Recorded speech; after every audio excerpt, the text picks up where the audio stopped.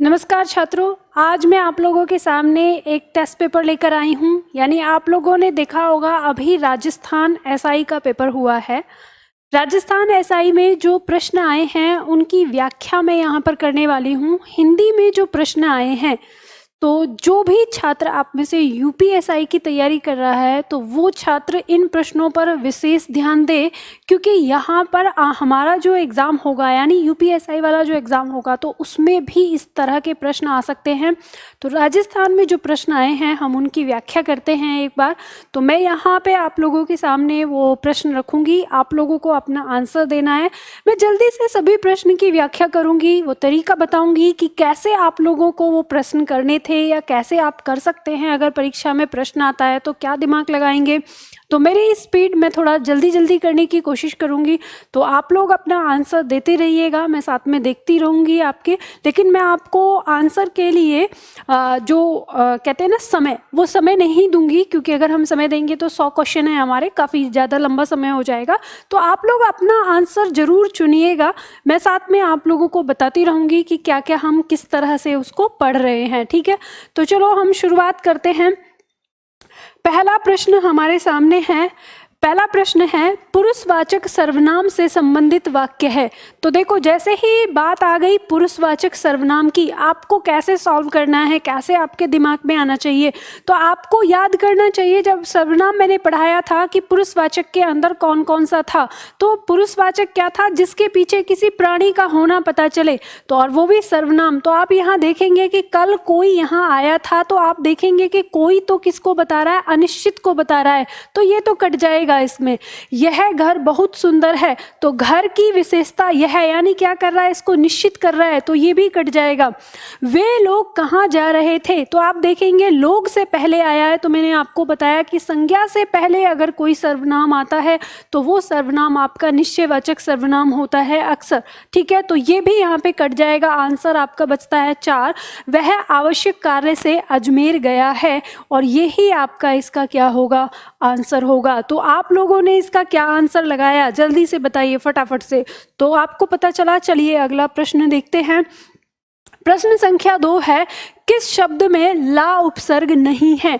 जल्दी से आपको बताना है, क्या आप आंसर देंगे। ला उपसर्ग के लिए 4 ऑप्शन दिए हुए हैं, लाचार है, लालसा है, लावारिस है, लापता है।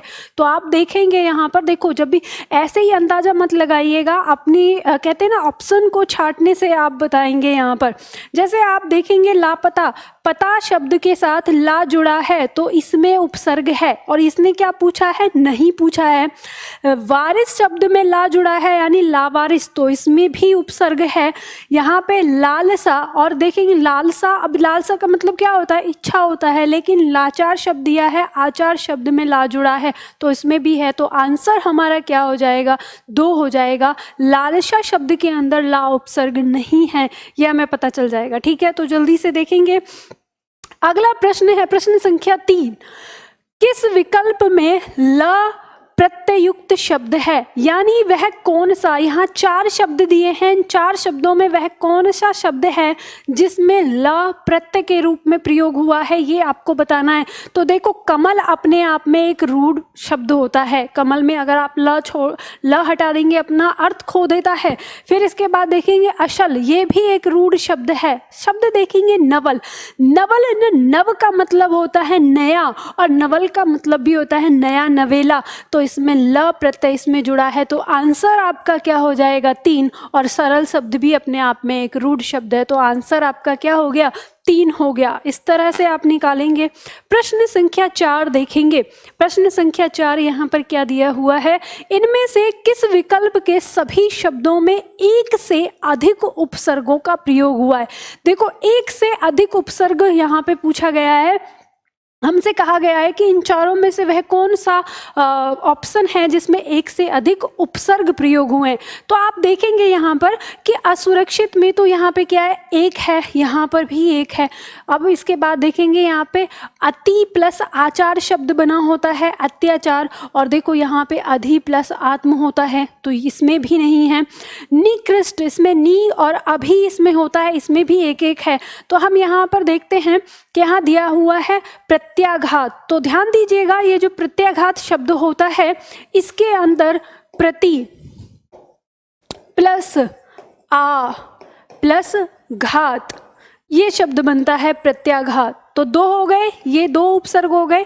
अब यहाँ पर देखेंगे प्रत्यक्ष अप्रत्यक्ष शब्द दिया है, तो इसमें क्या होता है, देखो अ प्लस प्रति प्लस अक्ष, इस तरह से। तो इसमें अ और प्रति दो उपसर्ग इसमें अंदर हो गए, तो हमारा जो आंसर होगा वो 4 होगा। आप लोगों ने इसका क्या आंसर दिया है जल्दी से बताइए फटाफट से।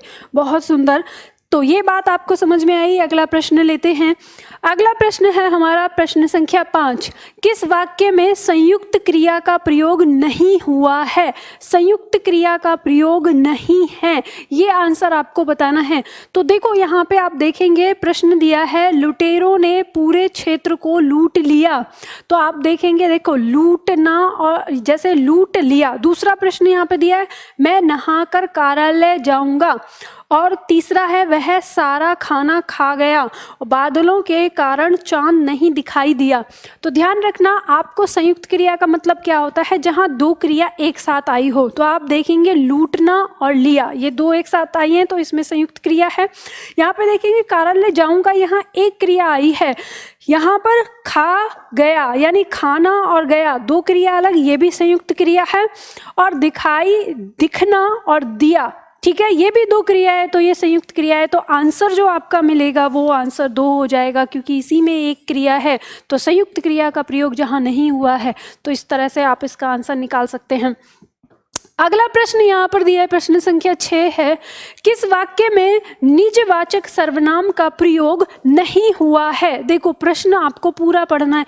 निजवाचक सर्वनाम का प्रयोग नहीं हुआ है, तो निजवाचक सर्वनाम क्या होता है, एकदम से आपके दिमाग में जाना चाहिए कि निजवाचक, निज मतलब अपना, तो अपना जिसमें स्वयं के लिए। तो याद आ गया होगा आपको कि जब सर्वनाम में हम पढ़ते हैं तो निजवाचक का मतलब क्या होता है कि कर्ता कारक जिस शब्द का प्रयोग स्वयं के लिए करता है वो निजवाचक सर्वनाम में आता है। तो बस आपको यहाँ पे देखना है कि वे अपने आप चले गए, तो इसमें प्रयोग हुआ है। वह अपने आप को बहुत होशियार समझता है, मतलब स्वयं को। मैं आप लोगों का बहुत आभारी हूँ, तो यहाँ पे जो आप है ये किसी दूसरे के लिए आया है। किसान अपने आप में मस्त रहता है, तो यहाँ भी निजवाचक का। तो आंसर आपको मिल गया तीसरा, यानी इसमें निजवाचक का प्रयोग नहीं हुआ है। ये आंसर आपको मिल गया, आसानी से कर सकते हैं। तो आप लोगों ने क्या आंसर लगाया, ठीक है, तो आप लोग आंसर दे रहे हैं ना, बहुत सुंदर, बहुत बढ़िया। चलिए देखिए अगला प्रश्न है प्रश्न संख्या 7। विशेषण शब्द से रहित वाक्य कौन सा है? यहाँ पे आपको बताना है विशेषण शब्द से रहित। तो विशेषण शब्द से, देखो रहित का मतलब क्या होता है, जिसमें ना हो, ठीक है, विशेषण ना हो। अब आपको बताना है कि मैं पिछले वर्ष गांव गया था, ये आपको दिखाना है अब कि इसमें विशेषण है या नहीं। दूसरा है सभा में कम लोग आए थे। तीसरा है दुकान से कुछ फल खरीद लाओ।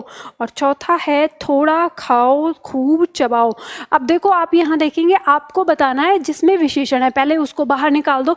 आप देखेंगे वर्ष शब्द के लिए पिछले आया है, इसमें विशेषण आ गया। सभा में कम लोग, लोग कैसे हैं, कम, ये विशेषण आ गया। दुकान से कुछ फल, तो फल के लिए विशेषण कुछ आ गया। तो इन 3 में तो विशेषण हो गया। थोड़ा खाओ खूब चबाओ, इसमें कोई विशेषण नहीं है, तो ये आपका आंसर हो जाएगा। अगला प्रश्न देखिए, प्रश्न संख्या 8 दिया है, निम्नलिखित में तत्सम शब्द कौन सा है?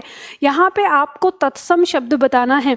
जैसे देखो शब्द दिया है आपका अनमोल, तो अनमोल, तो मोल का मतलब मूल्य होता है। अगर यहाँ पे अमूल्य होता तो वो संस्कृत का हो जाता, लेकिन अनमोल हिंदी शब्द हो गया। अमरूद, कवि और चिड़िया, तो देखो ध्यान दीजिएगा तत्सम शब्द यानी संस्कृत शब्द हमारा इसमें कवि होता है, ठीक है। प्रश्न संख्या 9 में निम्नलिखित में विदेशी शब्द कौन सा है, ये आपको बताना है।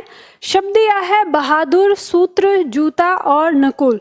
तो देखो यहाँ पे सूत्र और नकुल ये तो संस्कृत शब्द हो जाएंगे, और जूता जो है ये देशज शब्द हो जाएगा, और जो बहादुर शब्द है ये हमारा फारसी शब्द है, तो ये ही हमारा विदेशी शब्द हो जाएगा। ठीक है, चलिए अगला शब्द देखते हैं। अगला प्रश्न है हमारे सामने प्रश्न संख्या 10। प्रश्न संख्या 10 कह रहा है इनमें से किस विकल्प के सभी शब्दों में उपसर्ग तथा प्रत्यय दोनों का प्रयोग हुआ है। यानी यहाँ पे जो 4 ऑप्शन हमारे सामने हैं, इनमें से हमें देखना है कि चारों में से किस ऑप्शन के अंदर उपसर्ग भी आया है और प्रत्यय भी। अब हम यहाँ पर देखते हैं, जैसे शब्द है यहाँ पे अप्रत्याशित, तो हम कह सकते हैं कि अ दिया है और यहाँ पे इत आया है, इसमें कर्णीय आया है यानी इसमें उपसर्ग नहीं है, तो ये ऑप्शन कट गया।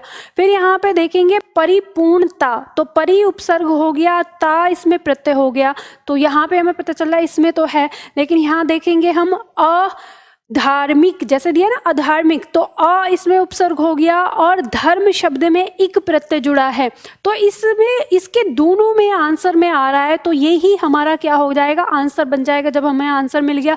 आप बाकी को भी यहाँ पर काट सकते हैं, जैसे देख सकते हैं अगर हम यहाँ देखें कि अत्याचार जो दिया है अति प्लस आचार से होता है, तो इसमें प्रत्यय नहीं होगा, ये कट जाएगा। ऐसे ही घुमक्कड़ शब्द में उपसर्ग नहीं होगा, तो ये भी कट जाएगा, तो आंसर हमारा यहाँ पे 2 हो जाता है। तो हमें ये कंफर्म हो जाता है कि हमारा आंसर कौन सा सही है।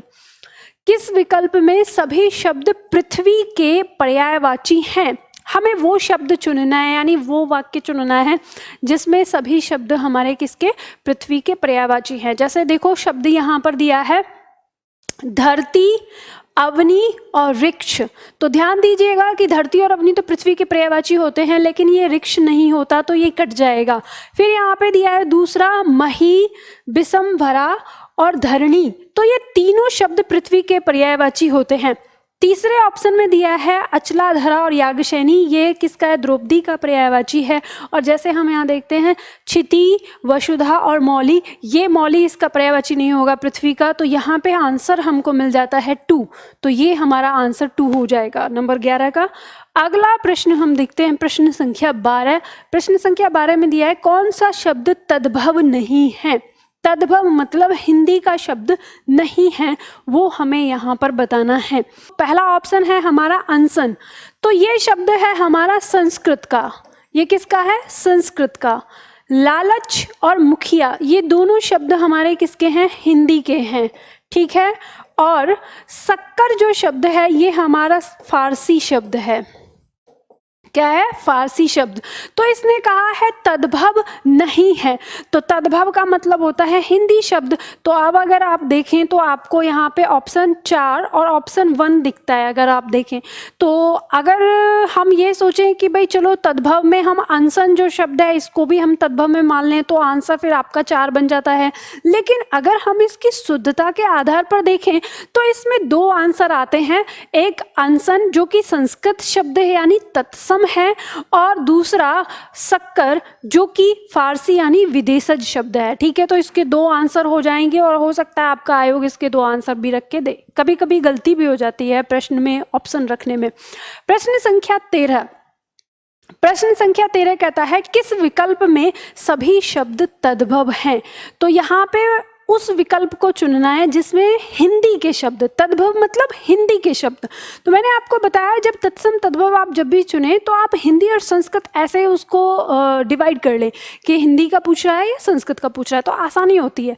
तो आप जैसे यहाँ पे देखेंगे, अब शब्द आप देखिए option A B C D यानी 1 2 3 4, इनमें हमें देखना है। तो हम देखेंगे यहाँ पर कि शब्द जो हमारे सामने दिया है, जैसे शब्द है कान और मुख, तो ये जो मुख शब्द है ये हमारा संस्कृत का हो जाएगा, तो ये ऑप्शन कट गया। फिर इसके बाद हम देखेंगे तीसरे ऑप्शन में दिवस, ये संस्कृत का हो जाएगा, तो ये कट गया। फिर चौथे ऑप्शन में हम देख सकते हैं कि यहाँ पे हमारा अंगुली, ये संस्कृत का हो गया, तो ये कट गया। तो हमारे पास जो आंसर बचता है वो बचता है पॉइंट नंबर 2 यानी नया और दूध। दूध का तत्सम क्या होता है, दुग्ध होता है, ठीक है। तो इस तरह से इसका आंसर हमारा ये हो जाएगा 2। अगला यहाँ पर देखते हैं प्रश्न संख्या 14। प्रश्न संख्या 14 कह रहा है इनमें क्रिया विशेषण से बनी भाववाचक संज्ञा है। देखो क्रिया विशेषण से बनी भाववाचक संज्ञा आपको देखनी है। तो सबसे पहले हम देखेंगे कि ऐसे तो यहाँ पे हमारी ये चारों हमारी क्या होंगी, भाववाचक संज्ञा होंगी, लेकिन इनमें क्रिया विशेषण कौन सा है वो हम यहाँ पर देखेंगे। तो हम देखते हैं जैसे क्षमता शब्द दिया है, ये हमारी क्रिया से नहीं बना है तो ये ऑप्शन कट जाएगा। ममता ये भी क्रिया विशेषण से नहीं बना है। जैसे शब्द दिया है यहाँ पे शीघ्र, तो जब जैसे हम कहते हैं ना अरे तुम शीघ्र चलो, तो चलना क्रिया हो गई और क्रिया से पहले शीघ्र आ गया तो ये क्रिया विशेषण हो गया, तो इससे बन गया। तो आंसर जो है वो हमारा क्या हो जाएगा, इसका आंसर हमारा 3 हो जाएगा। ठीक है, तो इस तरह से आप कर सकते हैं। अगला शब्द देखिए, अगला प्रश्न है हमारे सामने प्रश्न संख्या 15। प्रश्न संख्या 15 कहता है इनमें से सर्वनाम से बनी भाववाचक संज्ञा क्या है। अब सर्वनाम से बनी भाववाचक संज्ञा देखनी है तो आप यहाँ पर आराम से देख सकते हैं कि लिखावट तो बना है, लिखना से क्रिया है इसमें। जैसे लड़कपन लड़का से बना है तो संज्ञा हो गई छुटपन, ये भी छोटा हो जाएगा, विशेषण से हो गया। अपनापन, तो ये अपना ये सर्वनाम से बना है तो इसलिए ए ऑप्शन इसका हो जाएगा। अगला प्रश्न यहाँ पे हम लेते हैं प्रश्न संख्या हो गया 16। प्रश्न संख्या 16 में संज्ञा से निर्मित विशेषण है। यहाँ हम देखेंगे जो संज्ञा से बना हुआ विशेषण हमें देखना है, तो हम विशेषण से पहले इसमें संज्ञा निकालनी है। जैसे दैनिक शब्द है तो यहाँ पे हमारा क्या हो गया, ये दिन से बना है, दिन में एक प्रत्यय लगाकर। ठीक है, आपसी, ये आपसे ना आपस में जो होता है, और टिकाऊ जैसे टिकना, ये हमारे क्या हो गई क्रिया, और अगला ये हमारा विशेषण। तो ये तीनों ही ऑप्शन कट जाएंगे। जो आंसर है वो हमारा क्या हो जाएगा, 16 का दैनिक हो जाएगा। ठीक है, तो 16 प्रश्न संख्या 16 का आंसर जो है वो हमारा दैनिक हो जाएगा। तो इस तरह से आपका आंसर आ जाएगा। अब बताइए प्रश्न संख्या 17 में हमारा क्या आंसर रहेगा। प्रश्न संख्या 17 कह रहा है कि किस शब्द में अधिकरण तत्पुरुष समास नहीं है। आपको अधिकरण तत्पुरुष समास नहीं बताना है। तो देखो यहाँ पे आप देख सकते हैं, जैसे शब्द यहाँ पे दिया है हमारा घुड़सवार, तो ऐसे तो देखो जो घुड़सवार शब्द होता है इसका जो समास विग्रह होता है घोड़े का सवार होता है। अब जैसे कुछ लोग कहते हैं कि नहीं घोड़े पर सवार होता है, तो वो मैं आप लोगों को किसी दिन क्लास में बताऊंगी कि कैसे घोड़े का सवार होता है, यानी उसमें संबंध होता है। बट यहाँ पे जो हमारा ऑप्शन दिया है जैसे जलमग्न, तो ये हमारा अधिकरण तत्पुरुष में आ जाएगा। लोकप्रिय यानी लोक में प्रिय, ये हमारे अधिकरण में आ जाएगा। अब सेना नायक, तो सेना का नायक, तो इसमें जो प्रश्न संख्या 1 और प्रश्न संख्या 4 जो है, अगर हम इसमें मतलब ऑप्शन देखें तो इसमें दोनों ही नहीं होने चाहिए। बट कई बार क्या होता है, हमारे एग्जामिनर घुड़सवार को घोड़े पर सवार से लगा देता है, तो इस दृष्टि से इसका आंसर ना 4 हो जाएगा। बट मेरे दृष्टिकोण में ये दोनों ही आंसर नहीं होने चाहिए, यानी सॉरी मतलब अधिकरण तत्पुरुष नहीं होना चाहिए घुड़सवार भी। लेकिन अगर आप देखें तो परीक्षा में हो सकता है आपका ये वाला आंसर दिया हो, ये सही हो सकता है। आगे देखिए यहाँ पर किस वाक्य में संबंध सूचक अव्यय का प्रयोग नहीं हुआ है। संबंध सूचक आपको देखना है। तो जब आप अविकारी शब्द पढ़ते हैं तो उसमें आप देखते हैं कि संबंध सूचक कुछ शब्द होते हैं, तो बस आप वो चुन लीजिए। जैसे यहाँ पे दिया है मुझसे पहले वे चले गए, तो पहले जो है ये हमारा संबंध सूचक होता है, और हमको क्या बताना है, नहीं जिसमें प्रयोग हुआ है। हथियारों सहित आतंकवादी पकड़े गए, तो ये सहित भी क्या होता है, संबंध सूचक को बताता है। बच्चे उस ओर गए हैं, तो इसमें जो उस ओर है ये किसको दिखाता है, ये हमारा क्रिया विशेषण में आ जाता है। अगला चौथा देखते हैं, अजमेर के निकट पुष्कर तीर्थ है, तो इसमें जो निकट शब्द दिया है ये हमारा किस में आ जाता है, संबंध सूचक में। तो इसका जो आंसर है वो हमारा 3 हो जाएगा। ठीक है, अगला प्रश्न देखते हैं। अगला प्रश्न यहाँ पे दिया है हमारा रीतिवाचक क्रिया विशेषण से संबंधित वाक्य कौन सा है। आपको बताना है रीतिवाचक क्रिया विशेषण से। ठीक है, क्रिया विशेषण में हम देखेंगे, जैसे यहाँ पे दिया है यह पत्रिका प्रति माह छपती है, वह अचानक चला गया, तुम्हारी पुस्तकें यहाँ रखी हुई हैं, सभी बच्चे बाहर खेल रहे हैं। तो देखो इसमें हम देख सकते हैं कि यहाँ पे जो बाहर दिया है ये स्थानवाचक क्रिया विशेषण है। इसमें तुम्हारी पुस्तकें यहाँ रखी हुई हैं, इसमें भी क्या हो गया, स्थानवाचक हो गया। और यह पत्रिका प्रति माह छपती है, ये किसको बता रहा है, ये समय को बता रहा है। तो आंसर हमारा क्या हो गया, अब इसने रीतिवाचक पूछा है तो रीतिवाचक वह अचानक चला गया, ये हमारा रीतिवाचक में आ जाएगा। ठीक है, तो प्रश्न संख्या 19 का हमारा आंसर क्या हो जाएगा, वह अचानक चला गया। अगला देखिए, अगला प्रश्न हमारा दिया है प्रश्न संख्या 20। अपने कुल का श्रेष्ठ या प्रतिष्ठित व्यक्ति वाक्यांश के लिए सार्थक शब्द क्या होगा। तो आपको पता है अपने कुल का श्रेष्ठ, तो जैसे हम कहते हैं शब्द है हमारा कुलीन, तो इसका आंसर जो है वो कुलीन आ जाएगा। कुलीन का अर्थ होता है उच्च कुल का या अपने कुल का श्रेष्ठ। अगला प्रश्न है प्रश्न संख्या 21। इनमें से किस विकल्प के सभी शब्द तद्भव हैं। तद्भव आपको बताना है, यानी हिंदी के शब्द आपको बताने हैं। तो आप यहाँ देख सकते हैं, जैसे ऑप्शन यहाँ पे दिया है धैर्य, ये तो संस्कृत का हो गया, कट गया। पाषाण संस्कृत का हो गया, यहाँ पे पुष्प संस्कृत का हो गया, आंसर आपको मिल गया। कोख और पत्थर, ये आपका आंसर हो गया। ठीक है, तो इस तरह से कर सकते हैं। अगला प्रश्न आता है, निम्नलिखित में तत्सम शब्द कौन सा है। तत्सम मतलब संस्कृत शब्द, तो आप यहाँ पे देखेंगे कि संस्कृत शब्द हमारा इसमें कौन सा आएगा। तो देखेंगे शतरंज, पक्षी, बहू और रोटी। तो शब्द जो आपका पक्षी है ये आपका क्या हो जाएगा, तत्सम शब्द हो जाएगा। तो ये आपका तत्सम शब्द में आएगा। ठीक है, अगला प्रश्न, प्रश्न संख्या 23। निम्नलिखित में देशज शब्द कौन सा है। देशज शब्द आपको यहाँ पे बताना है। देखिए, बकरा शब्द आपका अरबी शब्द है, साथ में आप लिख लीजिएगा, आगे के लिए भी याद रहेगा। जो यमुना शब्द है ये आपका हिंदी शब्द है, और जो तेंदुआ है ये आपका देशज शब्द है। ठीक है, तो आपने क्या खोज रहे थे, देशज शब्द, तो तेंदुआ आपका इसका आंसर हो जाएगा। चलिए आगे अगला प्रश्न देखते हैं। अगला प्रश्न दिया है प्रश्न संख्या 24। किस विकल्प में शब्द युग्म का अर्थ भेद सही नहीं है। जिसका अर्थ सही नहीं है ये आपको बताना है, किस विकल्प में शब्द युग्म का अर्थ भेद सही नहीं है। तो प्रश्न संख्या 24 का आंसर आपको बताना है। जल्दी से आप बताइए क्या बताएंगे। देखिए, जैसे शब्द है अभय और उभय, उभय शब्द का अर्थ क्या होता है, दोनों, और अभय शब्द का अर्थ होता है निर्भीक, ये भी बिल्कुल सही है। शब्द है इतर, इतर अन्य के लिए कहते हैं, और इत्र सुगंधित द्रव्य को बोलते हैं। इत्र आपने सुना ही होगा। जैसे शब्द है कपीस, कपीस मतलब हनुमान, और कपिस ये इसका अर्थ होता है मटमैला या धुंधला। ठीक है, तो ये इसका सही हो गया। अब कांति, कांति शब्द का अर्थ जैसे यहाँ पे दिया, कांति का मतलब होता है चमक, और क्लांति का मतलब होता है थकावट, उल्टा लिखा हुआ है, तो यही आंसर होगा जो कि गलत है। ठीक है, तो इस तरह से हमें पता चल जाएगा। अगला प्रश्न देखेंगे, प्रश्न संख्या 25। प्रश्न संख्या 25 कह रहा है, किस विकल्प में शब्द युग्म का अर्थ भेद सही है। इसमें सही पूछा है, 3 में गलत होगा। देखो यहाँ पे देखते हैं, मेघ का अर्थ होता है बादल, पर मेद का अर्थ होता है यज्ञ, लेकिन यहाँ पे अग लिखा है, ये गलत हो जाएगा।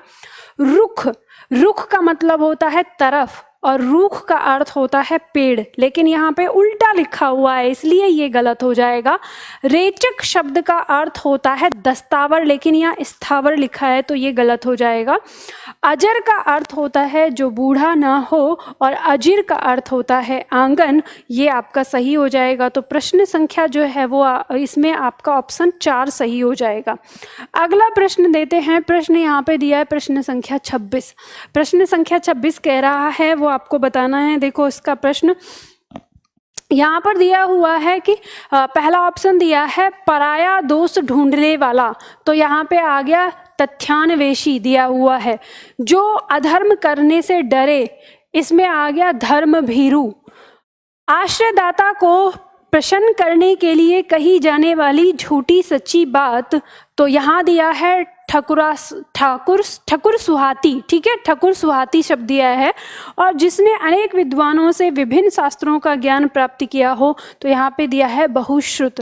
अब देखो यहाँ इसने प्रश्न क्या किया, ये प्रश्न डाउट वाला है पूरा। इसने कहा है कि किस वाक्यांश के लिए प्रयुक्त शब्द सार्थक नहीं है।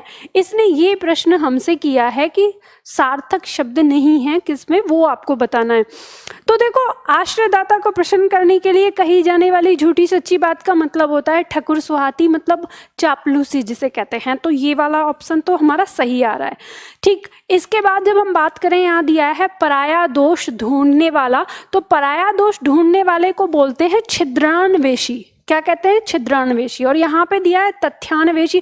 तथ्यान्वेषी का मतलब होता है तथ्य की खोज में लगा जाने वाला। तो ये तो गलत हो गया, तो यानी ये गलत हो गया। फिर उसके बाद यहाँ पे जो अधर्म करने से डरे, तो जो अधर्म करने से डरे उसको धर्म भीरु नहीं कहते, धर्म भीरु कहते हैं जो धर्म करने से डरे।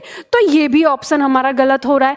तो आंसर मतलब ये भी ऑप्शन गलत हो रहा है, ये भी इसका ऑप्शन गलत हो रहा है। तो आंसर हमारा ये भी बन रहा है, क्योंकि इसने कहा सार्थक नहीं है, और आंसर हमारा ये भी बन रहा है। तो पहला और दूसरा दो आंसर इसमें बन रहे हैं। ये सही है, इसका बहुश्रुत, ठीक है, कि जैसे जिसने अनेक विद्वानों से विभिन्न शास्त्रों का ज्ञान किया हो उसे बहुश्रुत कहते हैं, और आश्रयदाता को प्रश्न करने के लिए। तो अब आंसर आपको देखना है, अब आयोग किस तरह से दे। दो आंसर इसके होने चाहिए। कौन से? देखो, इसको ना कैसे लगाना चाहिए, इसको ऐसे लगाना चाहिए कि इसका ये भी आंसर है और ये भी आंसर है, मतलब ये भी गलत है और ये भी गलत है। तो सार्थक नहीं पूछा है इसने, तो दो ऑप्शन इसमें आ गए हैं। अगला प्रश्न हमारा दिया हुआ है यहाँ पर 27। देखो, ऐसे होता है ना, हर पेपर में कुछ ना कुछ गलत तो होता ही है। तो ऐसे ही इसमें एक दो प्रश्न ऐसे हैं जो गलत हैं, उन्होंने मतलब मिस्टेक दे दी है। क्यों मिस्टेक दी है मुझे समझ में नहीं आता, आयोग क्यों मिस्टेक देता है इसमें। अगला देखो, प्रश्न दिया है यहाँ पर, किस विकल्प में सभी शब्द संप्रदान तत्पुरुष के समास के उदाहरण हैं। तो आपको ध्यान देना है, संप्रदान तत्पुरुष की पहचान हम के लिए से कर सकते हैं। तो इनके जब हम इनके समास विग्रह पर ध्यान देंगे तो के लिए शब्द हमारा दिखेगा। जैसे यहाँ पे हम देखें कि यहाँ दिया है पूजा घर और यश प्राप्ति, तो पूजा के लिए घर, लेकिन यश प्राप्ति इसमें नहीं होगा तो कट जाएगा। घोड़ा गाड़ी और दान पेटी, दान के लिए पेटी, लेकिन घोड़ा गाड़ी कट जाएगा, क्योंकि घोड़ा गाड़ी घोड़ा के लिए गाड़ी नहीं होती, घोड़े की गाड़ी होती है, या जिसमें घोड़ा जुता होता है वो गाड़ी होती है। अब देखेंगे सत्याग्रह, सत्य के लिए आग्रह, और राह खर्च, राह के लिए खर्च। तो तीसरे ऑप्शन में हमारा सही आ रहा है।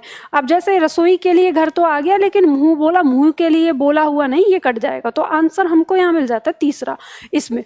अगला प्रश्न देखिए, अगला प्रश्न हमारा दिया है प्रश्न संख्या 28। आप लोग आंसर देते रहिएगा अपना अपना, जैसे जो भी आंसर दे रहे हैं, ठीक है। तो ये बात ध्यान दीजिए यहाँ पर। अब शब्द देखिए यहाँ पे, किस विकल्प में सभी शब्द परस्पर पर्यायवाची नहीं है, मतलब आपस में वो पर्यायवाची नहीं हैं, ये बताना है।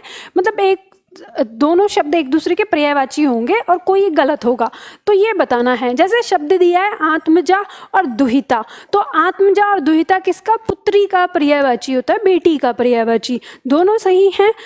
चक्षु और मयंक, चक्षु किसका होता है? आंख का पर्यायवाची, और मयंक होता है चंद्रमा का।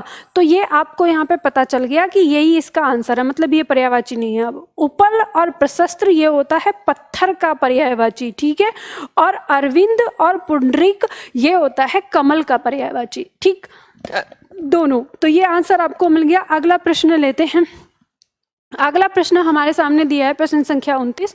निम्नलिखित में बादल का पर्यायवाची नहीं है। तो देखो यहाँ पे आपको बादल का पर्यायवाची नहीं पूछा है, तो अभ्र माने बादल होता है, बलाहक माने भी बादल होता है। जैसे आपने जब ज्योग्राफी पढ़ा होगा तो ज्योग्राफी में 7 प्रकार के बादल पढ़ाए जाते हैं, उनमें से एक प्रकार के बादल को बलाहक कहते हैं। कादम्बरी जो है ये एक किताब या एक रचना का नाम है, तो इसका आंसर जो है वो कादम्बरी होगा। और जीमुत ये भी बादल का पर्यायवाची है, इसको याद कर लीजिएगा। ये शब्द आपको पहली बार सुनने को मिला होगा, लेकिन जीमुत का अर्थ भी क्या होता है? बादल होता है। तो इसका आंसर जो है वो कादम्बरी हो जाएगा। अगला शब्द यहाँ पे दिया है, निम्नलिखित में विलोम युग्म कौन सा है। विलोम शब्द का आपको वो सही बताना है जो विलोम का मतलब जिसमें विलोम हो। तो आंसर देखिए यहाँ पे, शेष का अवशेष ये नहीं होगा, विलोम नहीं होगा। यहाँ पे दिया है अनुदान का अवदान, ये भी नहीं होगा। उन्नति का अवनति ये होगा। उन्नति माने होता है बढ़ोतरी और अवनति माने होता है कम हो जाना, तो इसका आंसर यही है विलोम युग्म, और ये भी नहीं होगा। ठीक है, तो यहाँ पे हमें पता चलता है। अगला प्रश्न है 31। प्रश्न संख्या 31 हमारा दिया हुआ है, किस विकल्प में क्रिया द्विकर्मक रूप में प्रयुक्त हुई है, ये आपको बताना है। द्विकर्मक का मतलब क्या होता है, वह क्रिया जिसने अपने साथ दो कर्म लिए हों, तो आपको उसी से खोजना है। दो कर्म किसमें जैसे दिया है, अध्यापक ने विद्यार्थी को पाठ पढ़ाया, तो मैंने आपको बताया कर्म को कैसे पहचानना है, क्या पढ़ाया, पाठ पढ़ाया। एक कर्म किसको पढ़ाया, विद्यार्थी को पढ़ाया, तो दोनों में आपके सामने आ गया। मतलब यानी पहला जो ऑप्शन है इसमें आपको दो कर्म मिल गए, इसी के अंदर यही क्रिया हमारी क्या है, द्विकर्मक रूप में प्रयुक्त हुई है। अब और बाकी हम देखें उसमें एक एक कर्म है।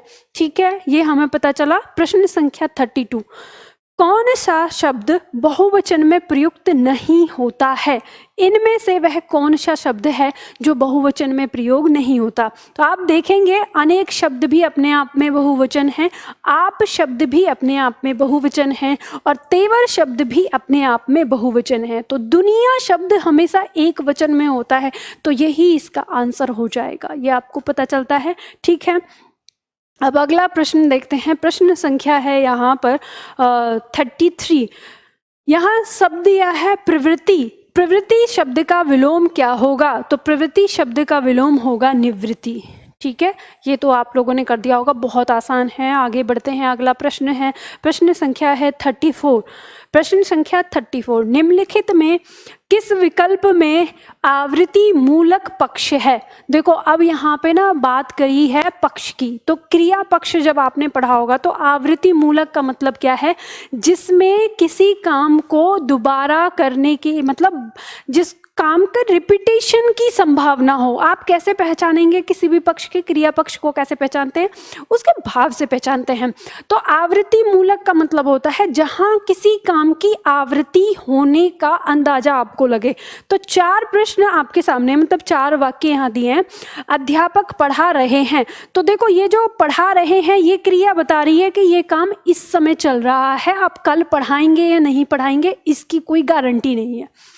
किताब अलमारी में है, ये भी रखी है चुपचाप। ठीक है, माँ खाना बनाती है, तो देखो बनाती है इस शब्द में आपको ऐसा आभास हो रहा है ना कि माँ ने कल भी बनाया था, आज भी बना रही हैं और आगे भी बनाएंगी, क्योंकि माँ खाना बनाती है, मतलब इसमें क्या है, निरंतरता, आवृत्ति मूलक है। तो ये ही वाक्य हमारा क्या होगा, इसमें क्रिया का कौन सा पक्ष है, आवृत्ति मूलक है। ठीक है, इस तरह से आपको पहचानना है। उसने गीत सुना दिया, काम खत्म कर दिया, दोबारा की गारंटी नहीं है। तो आवृत्ति जैसे आप इससे पहचाने, मैंने आपको पहले ही बताया, आपको उसी तरह से पहचानना है। ठीक है, चलिए प्रश्न आगे बढ़ते हैं। अगला प्रश्न यहाँ पे लिया है, आप उधर बैठिए, वाक्य में वृत्ति है, आपको बताना कौन सी वृत्ति है इसके अंदर, निश्चार्थ वृत्ति है, आज्ञार्थ वृत्ति है, संकेतार्थ है या संभावनार्थ है। तो जब आपने वृत्ति पढ़ी थी तो उसमें आपने देखा होगा कि आप उधर बैठिए, हम क्या कर रहे हैं, उसको आज्ञा सी दे रहे हैं, तो आज्ञार्थक वृत्ति हो जाएगा, आंसर 2 हो जाएगा। आगे बढ़ते हैं, अगला प्रश्न है 36, किस विकल्प में समश्रुति भिन्नार्थक, समश्रुति भिन्नार्थक शब्द युग्म का अर्थ भेद सुमेल नहीं है, मतलब गलत होगा इसमें कहीं ना कहीं। तो आपको वही देखना है जैसे प्रश्न आपका दिया है दसन और दर्शन, तो दसन माने दांत और दर्शन माने अवलोकन हो जाएगा। प्रणय और परिणय, प्रणय मतलब प्रेम हो जाएगा और परिणय मतलब विवाह हो जाएगा। ठीक है, सूती और सूती, सूती यानी प्रसव और सूती एक सूत का बना हुआ वस्त्र, जैसे कपड़ा होता है सूती बोल देते हैं कपड़ा। और निर्झर, निर्झर का अर्थ होता है झरना, तो यहाँ पे गलत हो गया। प्रश्न संख्या 4 मतलब ऑप्शन जो 4 है हमारा, यही इसका आंसर हो जाएगा। आगे बढ़ते हैं, अगला प्रश्न हो जाएगा 37, किस विकल्प में विलोम युग्म नहीं है? फिर से विलोम युग्म नहीं है ये बताना है। शब्द दिया है संलिप्त का निर्लिप्त, सुबोध का दुर्बोध, आशक्त का अनाशक्त और गृहीत का अनुगृहीत। देखो एक बात ध्यान रखना, ये चारों तो आपके विलोम हो गए इनमें तो एक दूसरे में। अब यहाँ पे शब्द आता है हमारा गृहीत।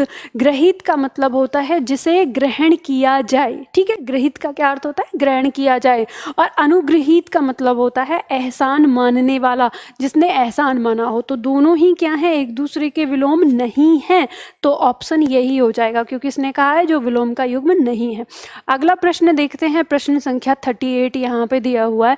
प्रश्न संख्या 38, किस वाक्य में को परसर्ग विभक्ति चिन्ह कर्म कारक के लिए प्रयुक्त नहीं हुआ है? मतलब आपको ये बताना है कि जो को परसर्ग, यहाँ पे चारों में ना को आया है, तो को कौन सा कर्म कारक के लिए प्रयोग नहीं हुआ है वो आपको बताना है। तो देखो कैसे आप बताएंगे कि जैसे हम देखेंगे मोहन ने सोहन को उसकी पुस्तक लौटा दी। तो यहाँ पे मोहन ने सोहन को उसकी पुस्तक लौटा दी। तो हम ये देखेंगे कि हमको एक बात पता है कि जो के लिए शब्द होता है हमारा संप्रदान उद्देश्य, तो उस के लिए के स्थान पर भी हम को का प्रयोग कर देते हैं कभी। तो आप इसमें ना सारे को के साथ के लिए शब्द रख के देख लो, जो आपको के लिए सटीक लग जाए बस वहीं पर कर्म नहीं होगा और आपको आंसर मिल जाएगा। कैसे? जैसे यहाँ देखें, मोहन ने सोहन के लिए उसकी पुस्तक लौटा दी, तो ये तो गलत हो गया, इसका मतलब इसमें यहाँ पर कर्म है, तो ये प्रयोग हुआ है। सरकार ने किसानों के लिए अनुदान दिया, तो आप यहाँ देखेंगे कि सरकार ने किसानों के लिए अनुदान दिया, ये हमको थोड़ा सही लग रहा है। बाकी हम इधर देखते हैं, गुरुजी ने बालक के लिए पाठ पढ़ाया, तो ये भी के लिए का गलत हो जाएगा, इसका मतलब इसमें भी कर्म है। और पुलिस ने अपराधी के लिए पकड़ लिया, तो इसका मतलब ये भी गलत हो जा रहा है के लिए लगाने पर, तो इसका मतलब इसमें भी कर्म है। तो अपराधी को ये कर्म है, बालक को ये कर्म है और सोहन को ये कर्म है। और प्रश्न क्या किया है इसने कि किस वाक्य में कर्म के लिए प्रयुक्त नहीं हुआ है? तो हमें आंसर मिल गया कि यहाँ पे जो प्रश्न संख्या है 2, सरकार ने किसानों के लिए अनुदान दिया, ये जो को आया है ये हमारा संप्रदान है। क्या है? हमारा संप्रदान। तो इस तरह से पहचान सकते हैं। आगे बढ़ते हैं, अगला प्रश्न है हमारा 39। प्रश्न संख्या 39 कहता है, उसने पेचकस के द्वारा ढक्कन खोला। अब यहाँ पर जो के द्वारा कारक आया है वो पहचान करना है। तो आपको ये पता ही है, आंख बंद करके आपने कारक चिन्ह पढ़ा था, तब उसमें आप लिख सकते हैं कि के द्वारा किसके लिए आता है? करण के लिए आता है। तो आपका आंसर करण हो जाएगा, इसमें कुछ है ही नहीं ऐसा, बिल्कुल सिंपल है। अगला शब्द है, किस विकल्प में सभी शब्द शुद्ध हैं? सही शब्द आपको बताने हैं। तो देखो यहाँ पे दिया है शब्द हमारा जैसे पुरस्कार, तो पुरस्कार होता है, पुरस्कार नहीं होता, तो ये कट गया, तो ऑप्शन कट गया। फिर यहाँ पे देखेंगे अतिशयोक्ति, तो आप ध्यान दीजिएगा अतिशयोक्ति स पूरा होता है, तो इसमें नहीं है, तो ये कट गया ऑप्शन। फिर यहाँ पे शब्द दिया है हमारा विरहिणी, तो ह के ऊपर ई की मात्रा लगी होती है, नहीं है यहाँ पर, तो ये कट गया। अब आपको आंसर मिल गया। प्रश्न संख्या 40 का आंसर क्या हो जाएगा? 4 हो जाएगा, ठीक है। तो यहाँ पे आप पढ़ रहे हैं। अगला प्रश्न देखते हैं, प्रश्न संख्या 41। देखिए जल्दी से, फटाफट शब्द दिया है, किस विकल्प में सभी अशुद्ध शब्द हैं? किस विकल्प में सभी अशुद्ध मतलब गलत हैं, ये आपको बताना है। तो देखो सूझबूझ, तो सूझबूझ और अंधाधुंध, तो अंधाधुंध ये एक शब्द दिया है, इसमें ये हो गया हमारा सही, हम रखेंगे। साठ गांठ ये भी सही है, और आपाधापी ये भी सही लग रहा है। एहसानमंद और खरीदार, तो यहाँ पे एहसानमंद सब तो सही है, लेकिन ये खरीददार, यहाँ पे एक और द होना चाहिए, लेकिन यहाँ पे नहीं है, तो इसका मतलब क्या हो गया? इसमें अशुद्ध हो गया, और ये ही हमारा क्या हो गया? आंसर हो गया। यानी 41 का हमारा आंसर क्या हो जाएगा? 41 का आंसर हमारा तीसरा हो जाएगा, ठीक है। अगला आगे बढ़ते हैं। अगला यहाँ पे दिया है 42 प्रश्न कहता है, वाक्यांश के लिए सार्थक शब्द की दृष्टि से कौन सा विकल्प असंगत है। देखो असंगत का मतलब अशुद्ध, यानी इसका कहने का मतलब क्या है कि वाक्यांश के लिए सार्थक शब्द एक चुनना है, लेकिन इन चार में से एक गलत है, ये आपको बताना है। तो जिसका काम सिद्ध हो चुका हो उसे क्या कहेंगे, कृत्यार्थ कहेंगे।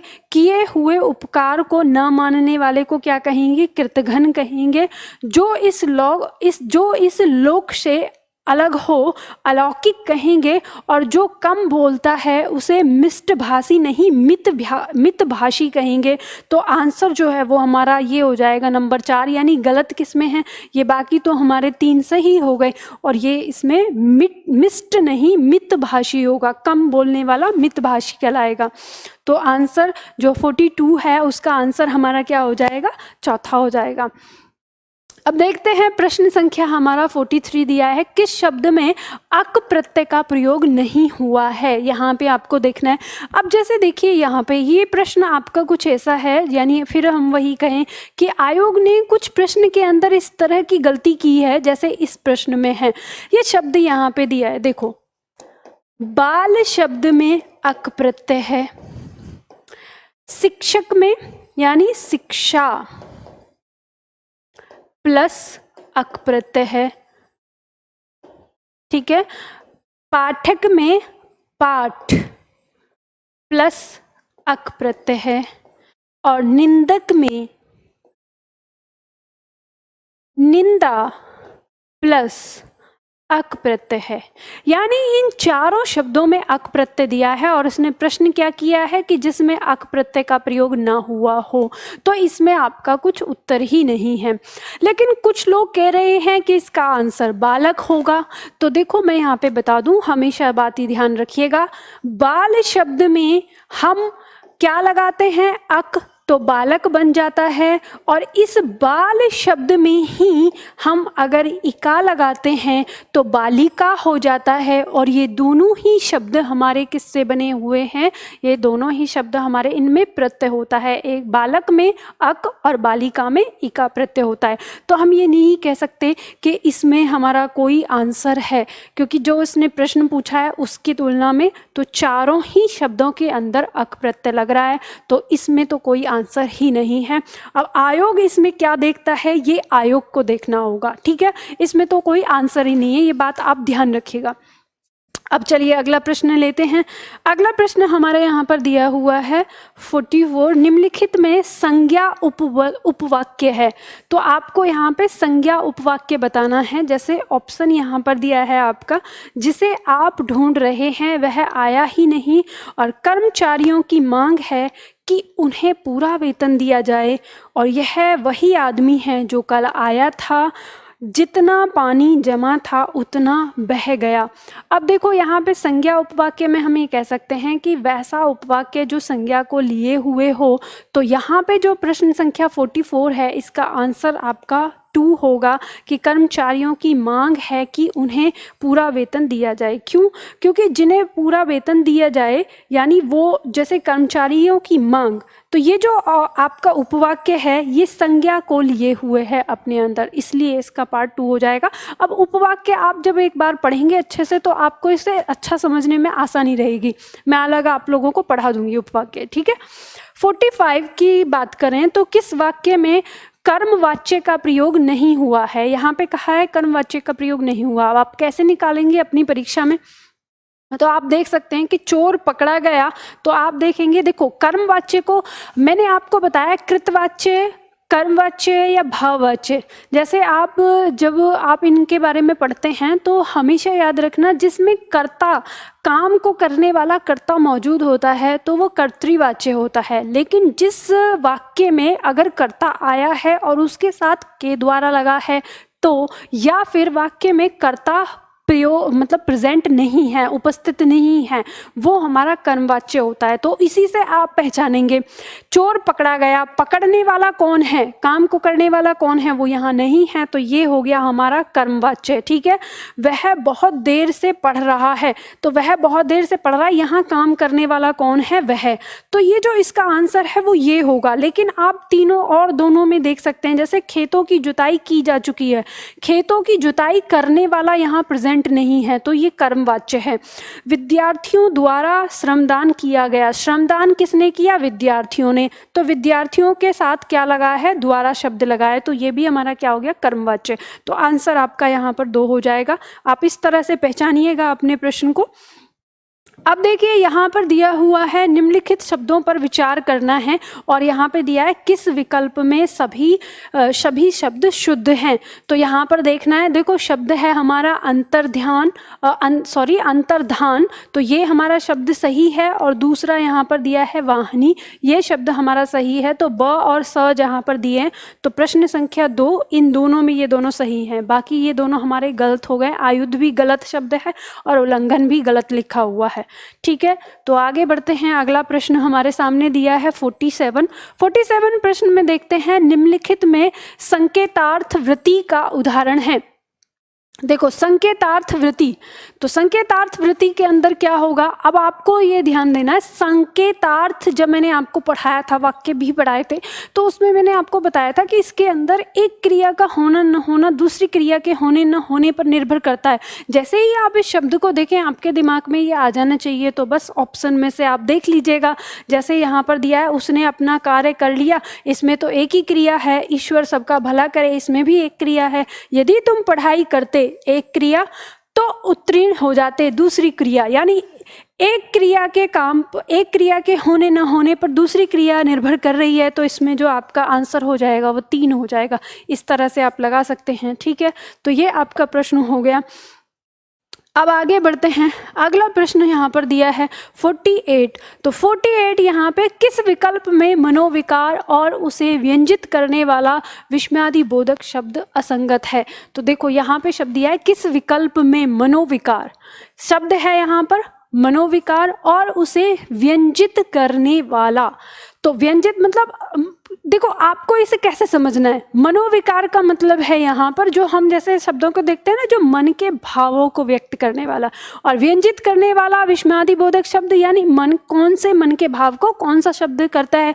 और उसमें भी क्या बताया इसने? असंगत है, मतलब कि वो गलत है। कहने का मतलब इसका क्या है कि एक तरफ आपके भाव दिए हैं और एक तरफ उस भाव को संबोधित करने वाला शब्द दिया है, दोनों में से कौन सा गलत है ये बताना है, मतलब दोनों मेल किसका नहीं है। तो आप देखते हैं हर्ष को आप कैसे प्रेजेंट करते हैं? वाह वाह, खुशी जाहिर करते हैं। ठीक है, जैसे शोक है, शोक यानी हाय, दुख से करते हैं। शब्द है तिरस्कार, तिरस्कार के लिए दिया है ओहो, तो लेकिन तिरस्कार तो हम ऐसे करते हैं छी छी, तो यानी इसमें गलती है। आप देखते हैं आश्चर्य, आश्चर्य का दिया है क्या, तो हम कहते हैं क्या आश्चर्य करके, तो आंसर जो हमारा वो इसमें आ गया, क्योंकि तिरस्कार हम ऐसे छी छी करके या अलग इस तरह से किसी का तिरस्कार करते हैं, तो आंसर ये हो गया। असंगत शब्द यहाँ पे पूछा है, यानी जो इनमें से नहीं है सही, तो वो हमारा तीसरे पॉइंट में आ गया। अब अगला देखते हैं। अगला प्रश्न हमारा यहाँ पर दिया है 49, किस विकल्प में भाववाचक है? तो यहाँ दिया है किस विकल्प में भाववाचक है, तो प्रश्न संख्या 1 यहाँ पे देखें तो भाववाचक नहीं, भाववाच्य बताना है, वाच्य हमें यहाँ पे बताना है। तो यह पुस्तक पढ़ी गई थी, मोहन से बैठा नहीं गया और 3 लुटेरे पकड़े गए, अशोक ने खाना खाया। तो आपको याद होगा कि जब वाच्य मैंने आपको पढ़ाए थे तो मैंने आपको बताया था कि भाववाच्य के अंदर कर्ता कारक के साथ से कारक चिन्ह का प्रयोग होता है, तो आप वहाँ पर पहचान सकते हैं। तो हम यहाँ देखते हैं कि इसमें बैठने का काम कौन कर रहा है? मोहन कर रहा है, और मोहन के साथ से आया है, तो इससे हम आंख बंद करके पहचान लेंगे कि यही हमारा क्या है? भाववाच्य है। तो हम इस तरह से इसको पहचान सकते हैं। अगला प्रश्न हमारे सामने है। अगला प्रश्न संख्या है यहाँ पर 50। तो प्रश्न संख्या 50, इनमें से किस वाक्य में निपात का प्रयोग नहीं हुआ है? ये देखना है, इनमें से किस वाक्य में निपात का प्रयोग नहीं हुआ है। ये देखिए अब, तो देखो निपात शब्द का मतलब क्या होता है? जैसे आप देखते हैं ना, निपात का मतलब होता है जो वाक्य में रहें या न रहें उनका वाक्य पर खास प्रभाव नहीं पड़ता। अगर हम उन शब्दों को वाक्य से बाहर निकाल भी दें तो वाक्य के अर्थ पर कोई अंतर नहीं आता, मतलब कोई खास अंतर नहीं आता। तो अब यहाँ देखते हैं कि जैसे दिया है कि लक्ष्मण भी राम के साथ वन गए, तो यहाँ पे ये जो शब्द है ना भी, ये है निपात शब्द। हम इसे हटाकर देख सकते हैं लक्ष्मण राम के साथ वन में गए, तो वाक्य के अर्थ में हमें कोई ज़्यादा प्रभाव नहीं पड़ा। जैसे दिया है कमला दिसंबर में घूमने जाएगी, इसमें ऐसा कोई शब्द नहीं है, इसमें सारे शब्द प्रयुक्त हो रहे हैं। अब ये देखते हैं तुम कब तक आओगे, तो ध्यान रखना ये जो तक शब्द है ये निपात शब्द होता है। अगर हम देखें तुम कब आओगे और तुम कब तक आओगे, दोनों लगभग एक जैसे भाव देते हैं।